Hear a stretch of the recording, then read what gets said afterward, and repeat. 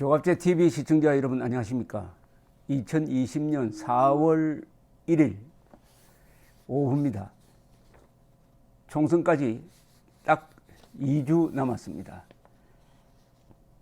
2주 후에 세상이 많이 달라질 것입니다. 좋은 방향으로 달라질지 나쁜 방향으로 달라질지는 국민들의 선택입니다. 이번 4.15 총선은 후보들이 심판받는 선거이지만 본질적으로는 한국인들의 수준이 심판대에 오릅니다. 한국인들이 이런 근사한 자유민주주의 시장경제를 누릴 자격이 있느냐, 아니면은 베네수엘라 수준이 맞느냐, 아니면 말레이시아 정도냐, 타일랜드 정도냐를 심판받게 될 것입니다. 쉽게 말하면은 분별력이 있는 국민이냐 아니냐, 법을 지키는 사람이냐, 사실을 존중하느냐, 과학을 믿느냐, 이런 게 도마에 오릅니다. 그러니까 유권자가 심판받는다 이렇게 생각하면 됩니다. 유권자가 심판받는다. 유권자가 후보를 심판함으로써 스스로를 심판하는 것이죠. 오늘 이 문재인 대통령이 진정한 인권 변호사 출신이라면은 일생일대의 수모를 겪은 날로 기록될 것입니다. 작년 11월에 북한에서 젊은 두 사람이 어선을 몰고 귀순해 왔습니다. 그런데 당국에서 조사를 해보니까 이 두 사람이 살인을 저질렀다. 오징어 잡이 배를 타고 나왔다가 거기 타고 있던 동료들을 죽였다.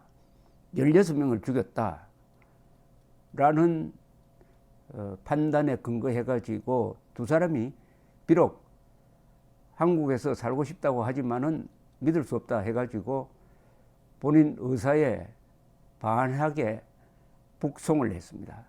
그것도 당당하게 북송한 것이 아니라 두 사람의 눈을 가리고 꽁꽁 묶어가지고 저 판문점으로 데리고 갔더니 눈앞에 북한군이 기다리고 있었습니다. 일설에 의하면 두 사람은 털썩 주저앉았다고 합니다. 이 조치는 문재인 정권이 아마도 틀림없이 대통령의 재가를 받아서 취한 이 조치는 우리 헌법에 위반됩니다. 둘째, 국제법에 위반됩니다. 헌법에 왜 위반되느냐? 이 두 사람은 대한민국 국민입니다. 그리고 관할 지역에 들어왔습니다. 그러면 우리가 사법권을 행사합니다. 이게 주권입니다.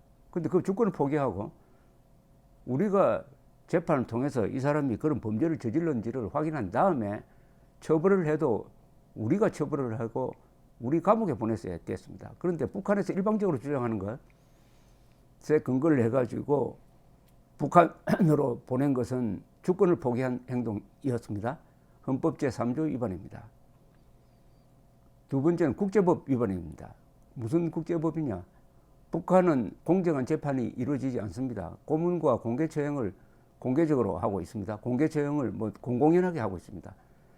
그런 곳으로는 사람을 보내서는 안 된다는 고문 등 방지에 관한 협약, 국제협약, 우리도 물론 가입해 있죠.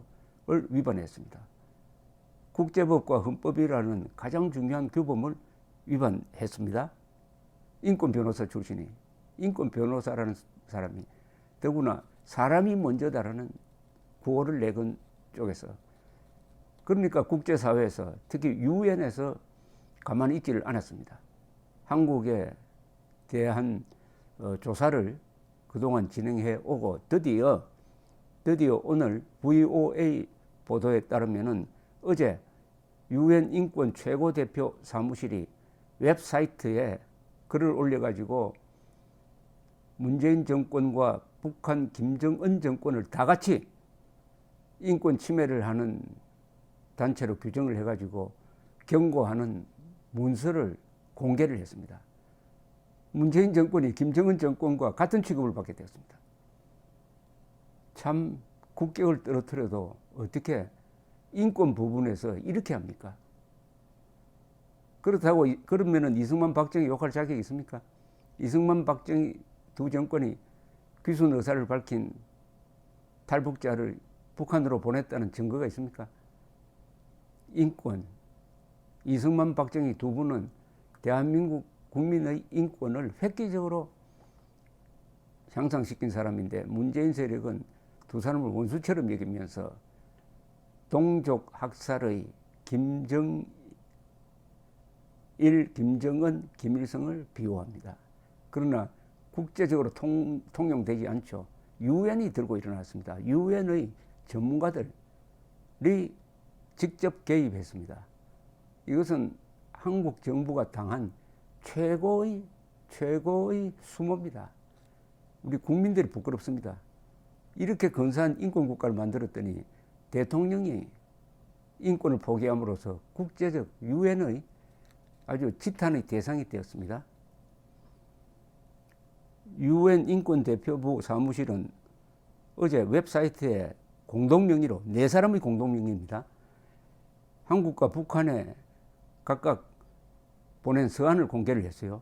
이 서한에는 유엔의 인권기구의 4사람의 책임자가 서명을 했습니다. 토마스 오헤어 퀸타나 유엔 북한 인권 특별보고관, 루치아노 하잔 유엔의 강제적 비자발적 실종 실무그룹 대표 보고관, 에그니스 켈러머드 유엔 초법적 약식 자의적 처형 특별보좌관, 그리고 닐스 멜즈 유엔 고문과 유엔의 고문과 잔혹한 비인도적 굴욕적 대우와 처벌에 관한 특별보고관이 서명했습니다. 각각 다른 업무를 맡고 있지만은 사람은 공정한 재판을 받아야 된다. 고문을 받아서는 안 된다. 납치를 해서는 안 된다. 북한 인권 문제 있다. 라는 일에 직관적으로 종사하는 최고의 인권 실무 책임자입니다. 국제사회에서 유엔을 대표해가지고 인권을 관리하는 4사람이 일치해가지고 김정은 문재인의 경고를 했다니까. 특히 퀸타나 특별보고관의 대북 서한은 2016년 2월 당시 마르주키 다루스만 특별보고관이 북한과 러시아 간의 범죄인 인도 조약과 관련해 보낸 서한 이후 처음이라고 합니다. 그만큼 심각하다는 거죠. 4년 만에 처음으로 유엔의 북한 인권 특별보고관이 나섰다. 그 정도로 문재인 정권의 인권 침해가 극심한 사례다 이겁니다. 유엔 인권 전문가들은 한국 정부에 보낸 서한에서 탈북 후 송환된 주민들에 대한 중대한 인권 침해가 잦은 북한으로 어민 2명을 돌려보낸 데 대해서 깊은 우려를 나타냈다. 북한에서는 강제 실종과 자의적 처형, 고문과 학대, 공정성에 관한 국제기준에 부합되지 않는 재판 등이 이루어진다. 가까운 미래에도 이 사안과 관련해 추가적으로 우려를 공개 표명할 수 있다. 이렇게 밝혔습니다. 잠재적으로 이 사안이 인권에 미칠 영향에 대해 더 널리 알려져야 한다고 믿는다고 했습니다. 이 사안을 적극적으로 알리겠다는 겁니다. 문재인 정권의 인권 탄압이죠. 사지로 보낸 것 아닙니까? 살려고 오는 사람을 잡아가지고 한국인입니다. 한국인을 우리의 적진으로 보냈다 이겁니다. 적진으로 보냈다. 대한민국 생긴 이후에 최악의 인권 침해고 이것은 국가 반역적 행동입니다. 여기에 관련된 사람들은 앞으로 공소시효를 무시하고 끝까지 조사를 해서 반드시 단죄해야 됩니다. 이 4사람의 유엔 인권 실무 책임자들은 북한 정권에 보낸 서한에서는 2명의 행방과 관련된 정보 제공을 요구를 했습니다. 이들에게 무죄 추정과 고문과 학대를 받지 않을 권리, 공정한 재판을 받을 권리, 법정에서의 평등 등을 포함해 적절한 절차와 기본적 인권을 보장해야 한다는 겁니다.